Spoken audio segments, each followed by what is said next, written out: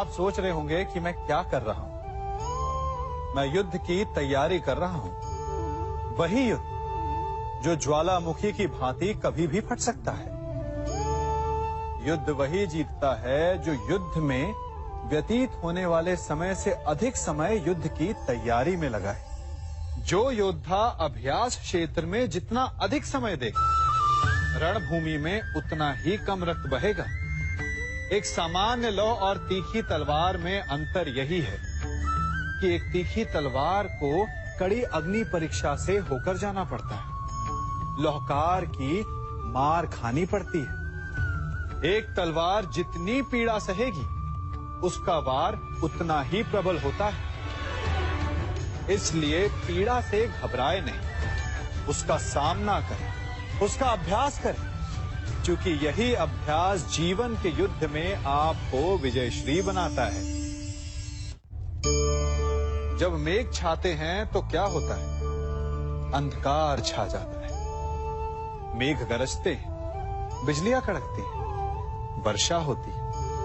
सभी पशु अपने आश्रय स्थल पर जाकर छिप जाते हैं। मनुष्य अपने घरों की ओर दौड़ते हैं और सभी पक्षी अपने घोंसलों में जाकर छिप जाते हैं। परंतु एक जीव है जो गरजते मेघों को, कड़कती बिजलियों को, भारी वर्षा को भी हरा देता है।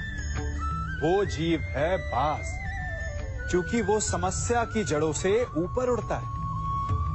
वो गरजते मेघों से, कड़कती बिजलियों से, भारी वर्षा से, इन सब से ऊपर। यही अंतर है हारने वालों में और जीतने वालों में। ये युद्ध हार और जीत का नहीं, समस्या और सोच का है। यदि आप अपनी सोच को छोटी रखेंगे तो समस्या बड़ी हो जाएगी, और यदि आप अपनी सोच को बड़ी रखेंगे तो समस्या छोटी हो जाएगी। दो मनुष्यों के मध्य होता है, परंतु विजय सदैव एक ही मनुष्य को मिलती है। जबकि समान रूप से दोनों शक्तिशाली होते हैं, समान ज्ञान प्राप्त करते हैं। कारण, दो प्रकार के लोहे होते हैं, एक ठंडा, एक गर्म। कभी सोचा है? लौहकार लोहे को लोहे से ही काटता है, परंतु सदैव ठंडा लोहा ही गर्म लोहे को काट पाता है। और यही नीति मनुष्यों पर भी लागू होती है। जब युद्ध होता है तो जिसके मन में ईर्ष्या होती है, जलन होती है, आक्रोश होता है, वो गर्म लोहे के समान। और जिसका मन शांत होता है, जिसका मन संयम से बंधा होता है, वो ठंडे लोहे के समान है। और वही ईर्ष्या और द्वेष नामक गर्म लोहे को काट सकता है। इसलिए यदि जीवन के संग्राम में विजय प्राप्त करनी है तो अपने मन को शांत रखें, क्योंकि गर्म लोहे की भांति ईर्ष्या और क्रोध जैसे भाव को रखने वाला मनुष्य सदैव शांत स्वभाव के मनुष्य के समक्ष निर्बल है। शक्ति ईर्ष्या और क्रोध में नहीं, शांति और संयम में है। सभी बड़े सदा यही कहते आए कि यदि आगे बढ़ना है तो अपनों का साथ दो।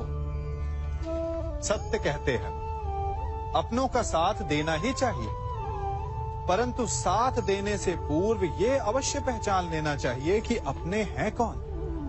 क्या अपने वही होते हैं जिनके साथ हमारा रक्त संबंध होता है, या अपने मित्र? अपने वो होते हैं जो हमें सद्कार्य के लिए प्रेरित करें, हमें आगे बढ़ाएं, हमारा साथ दें। और वो जिनका साथ देने से समाज का नाश हो, धर्म की हानि हो, वो सगे हो करके भी सगे नहीं होते। इसलिए जब अपनों की परिभाषा का चुनाव करें तो उन्हें अपना माने जो आपका साथ दे, उन्हें नहीं जो हमें अज्ञान के मार्ग पर ले जाएं। सीमा एक रेखा ही नहीं, एक परिभाषा भी है। सीमा हर किसी की होती है, प्रेम की, धैर्य की, मित्रता की और शत्रुता की भी। और जो सदैव सीमा में बंधे रहते हैं वो सामान्य मनुष्य बनकर रह जाते हैं, परंतु जो समय आने पर सीमा तोड़ देते हैं वही भविष्य बनाते हैं, क्योंकि सीमा केवल आपको मर्यादा में नहीं रखती, आपको बांधती भी है।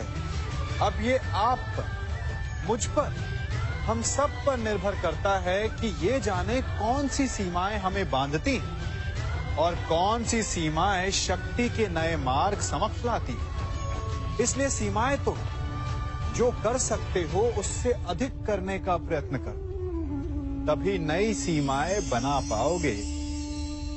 भाग्य क्या है?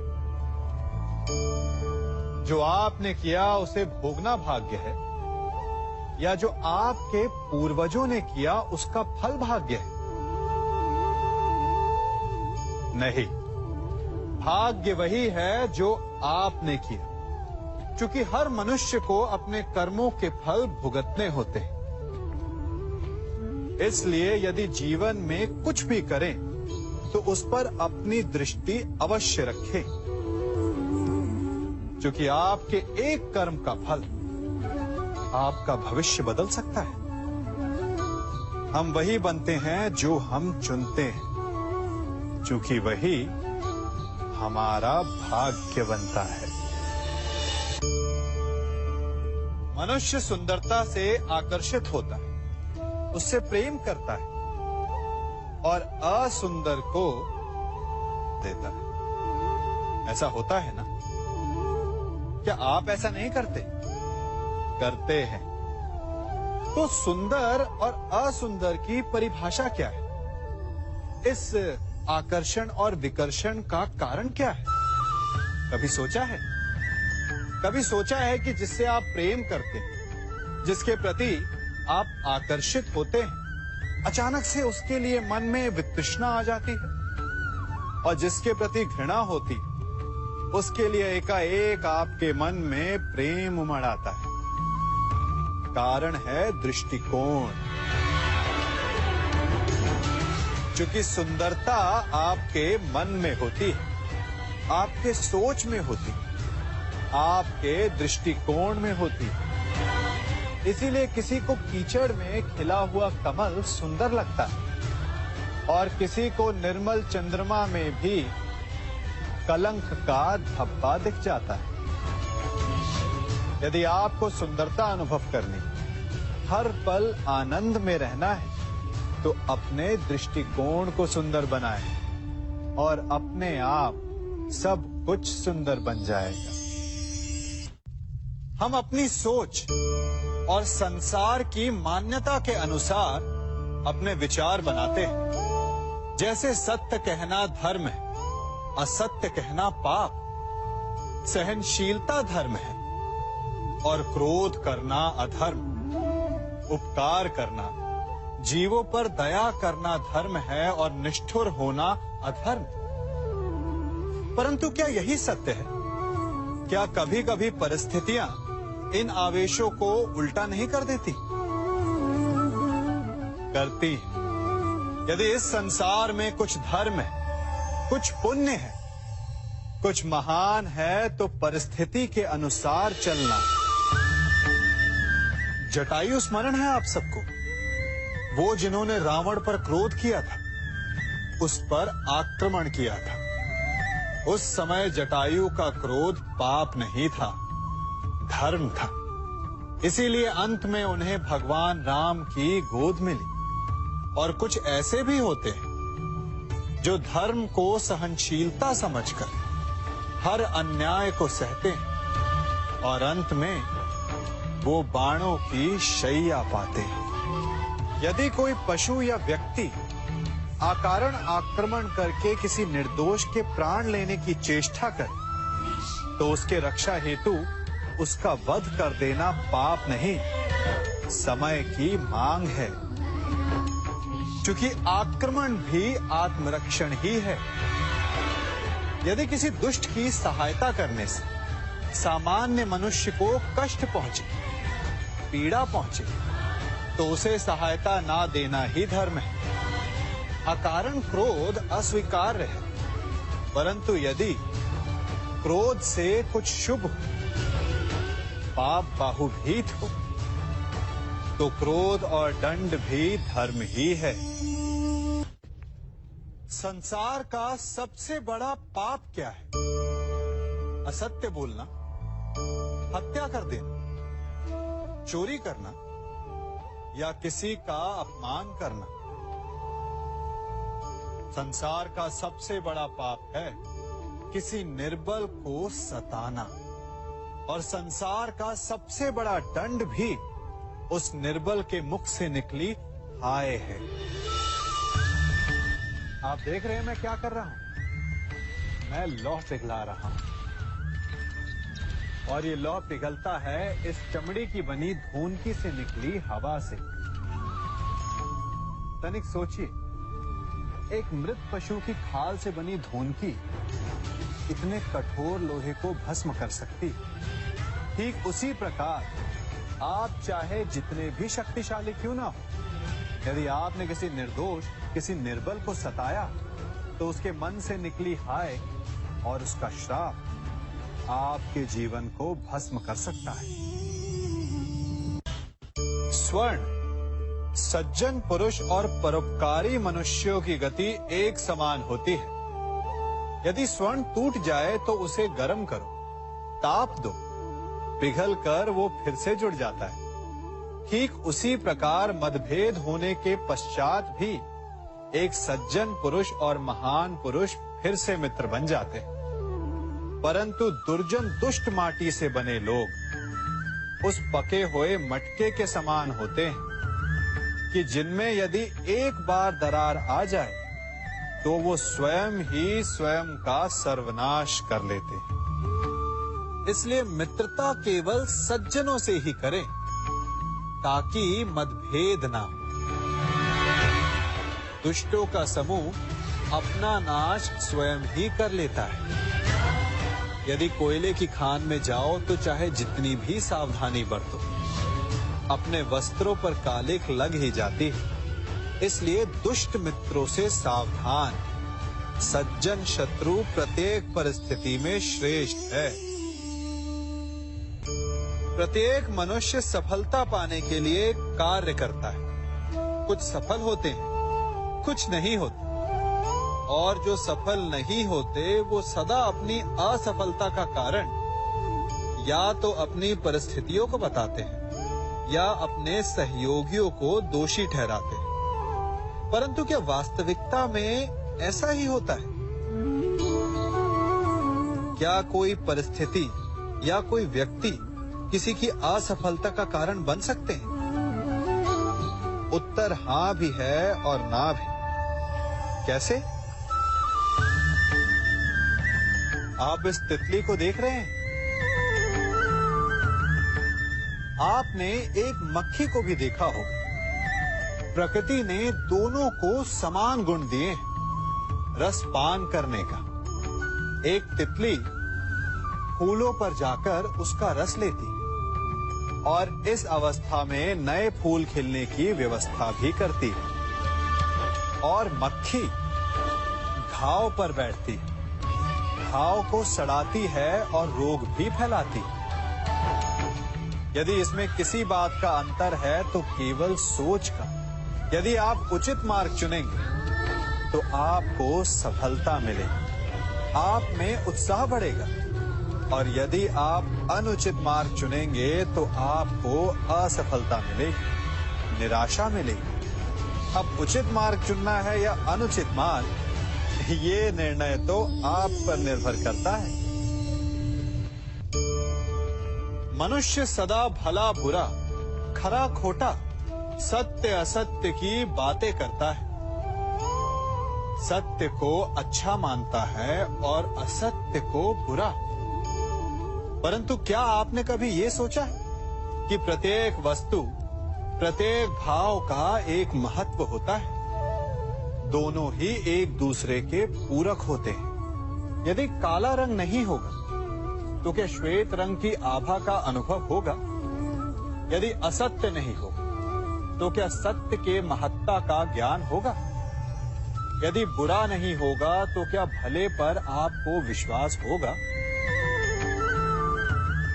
कुछ महत्वपूर्ण है तो दोनों के मध्य का संतुलन।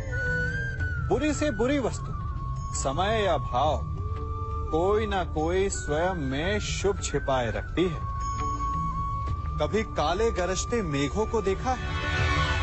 उसके किनारे भी एक स्वर्णिम आभा होती है। उसी प्रकार यदि आपके जीवन में बुरा समय आए तो आपको अपने सच्चे मित्रों की पहचान हो जाती है। तो बुरे समय में निराश ना हो, उसमें भी कुछ शुभ खोजने का प्रयास करें और धीरे धीरे सब कुछ आपके जीवन में स्वतः शुभ हो जाएगा। संसार में सबसे महत्वपूर्ण क्या है? दृष्टि या दृष्टिकोण, समझ या सोच? सामान्यतः मनुष्य की दृष्टि और सोच में अधिकतर वो वस्तु, वो घटनाएं, वो भाव श्रेष्ठ हैं जो हमें आनंद दे, और जो हमें आनंद नहीं देते उन्हें हम दुखदाई मान लेते हैं। परंतु दृष्टिकोण और सोच को यदि एक भिन्न कोण से देखें तो परिस्थितियां भिन्न सिद्ध हो सकती हैं। जिस प्रकार भीषण गर्मी हमें सुहाती नहीं, परंतु वही गर्मी सागर और नदियों के जल को वाष्पित करती है और हमें मनोरम वर्षा का आनंद देती है, उसी प्रकार भीषण परिश्रम के पश्चात हमें सफलता मिलती है। शिक्षा के पश्चात हमें हमारा लक्ष्य मिलता है। तो सदा स्मरण रखिएगा कि दुख और पीड़ा से भागे नहीं, क्योंकि यही भविष्य में आने वाले सुख का मूल है। जब भी आपने यात्रा की होगी तो अवश्य अपने मार्ग के आसपास कुछ रिक्त स्थान देखे होंगे, कुछ खेत देखे होंगे, कोई ना कोई भूमि का टुकड़ा अवश्य देखा होगा। कुछ स्थान ऐसे होते हैं जहां पेड़ लगे होते हैं, जहां माली बड़े प्रेम से उन्हें बोता है, उन्हें सींचता है। और कुछ स्थान ऐसे भी होते हैं जहां बिना माली के खरपतवार उग जाते हैं, कुछ अन्य पौधे उग जाते हैं। माली द्वारा उगाए वृक्ष हमें ठंडी छाया देते हैं, हमें फल देते हैं, ईंधन के लिए लकड़ियां देते हैं। और बिना परिश्रम के उपजित खरपतवार यदि कुछ करते हैं तो ये कि वो भूमि को बंजर बनाते हैं। हमारा मन भी रिक्त भूमि की भांति होता है।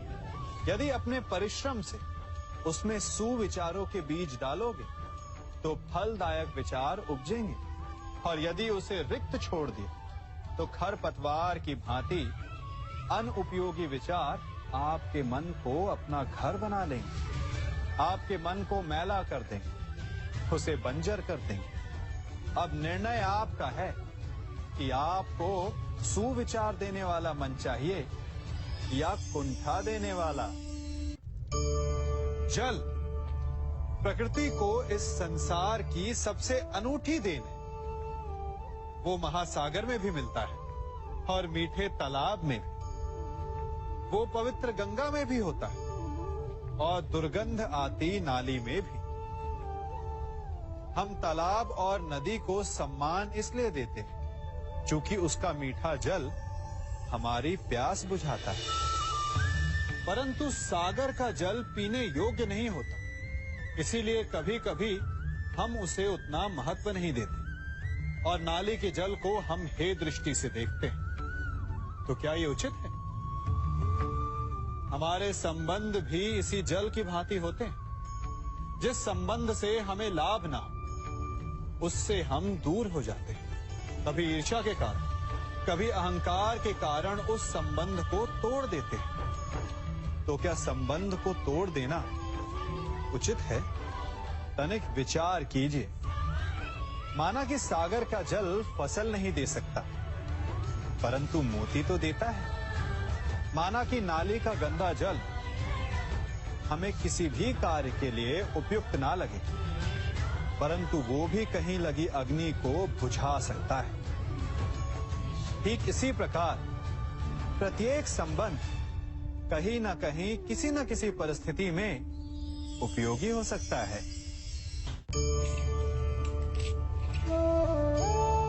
बड़ी विकट समस्या है। मुझे स्मरण ही नहीं हो रहा कि इस गुच्छे की कौन सी चाबी इस ताले को खोलेगी। बड़ी देर से प्रयास कर रहा हूं, परंतु ये ताला खुल ही नहीं रहा।